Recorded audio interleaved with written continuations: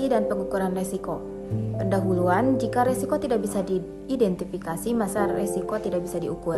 Jika risiko tidak bisa diukur, maka manajemen tidak bisa mengelola risiko dengan baik.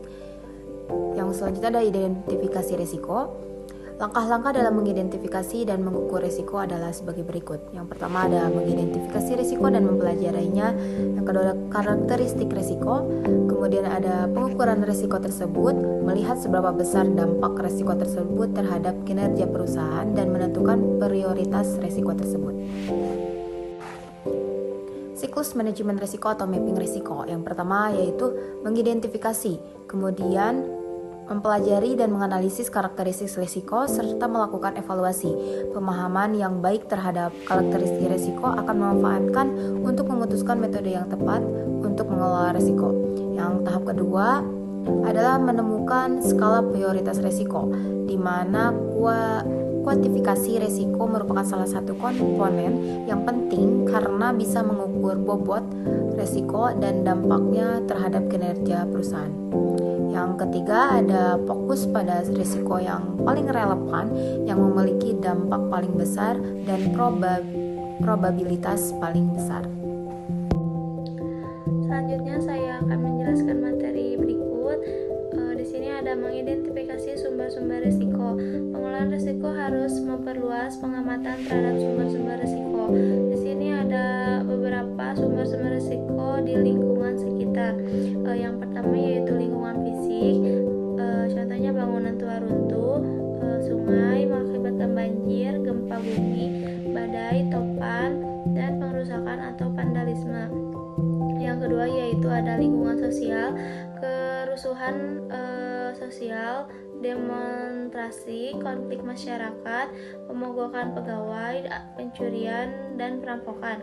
Yang ketiga ada lingkungan politik, contohnya perubahan perundangan, perubahan peraturan, dan konflik antar negara.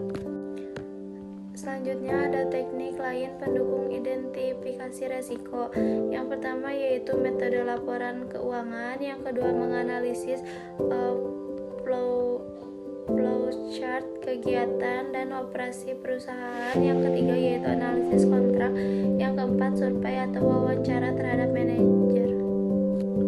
Baik, selanjutnya tentang mengukur risiko. Jika risiko bisa diukur, maka manajer risiko bisa melihat tinggi, rendah, dan besar kecilnya risiko yang dihadapi dan bisa diketahui dampaknya terhadap operasional perusahaan. Dengan mengukur risiko, maka bisa dilakukan prioritisasi risiko yang paling relevan. Pengukuran risiko biasanya dilakukan melalui kuantifikasi risiko dengan metode yang sederhana sampai metode yang sangat kompleks. Pengukuran dan kuantifikasi risiko akan sangat tergantung dari karakteristik risiko. Lalu pengukuran untuk beberapa risiko. Di sini ada tipe risiko, definisi, dan teknik pengukuran. Yang pertama, risiko pasar. Harga pasar bergerak ke arah yang tidak menguntungkan atau merugikan. Teknik pengukurannya value at risk, VAR, stress testing. Yang kedua, risiko kredit. Konsumen tidak bisa membayar kewajibannya kepada perusahaan. Teknik pengukurannya kredit rating. Yang ketiga, risiko perubahan tingkat bunga. Tingkat bunga berubah yang mengakibatkan kerugian pada portofolio perusahaan. Teknik pengukurannya metode pengukuran jangka waktu atau durasi. Lalu selanjutnya risiko operasional. Kerugian yang terjadi melalui operasional perusahaan, produk gagal atau mesin rusak. Teknik pengukurannya metrik frekuensi kerugian. Lalu yang selanjutnya ada risiko kematian. Manusia mengalami kematian dini lebih cepat dari usia kematian wajar.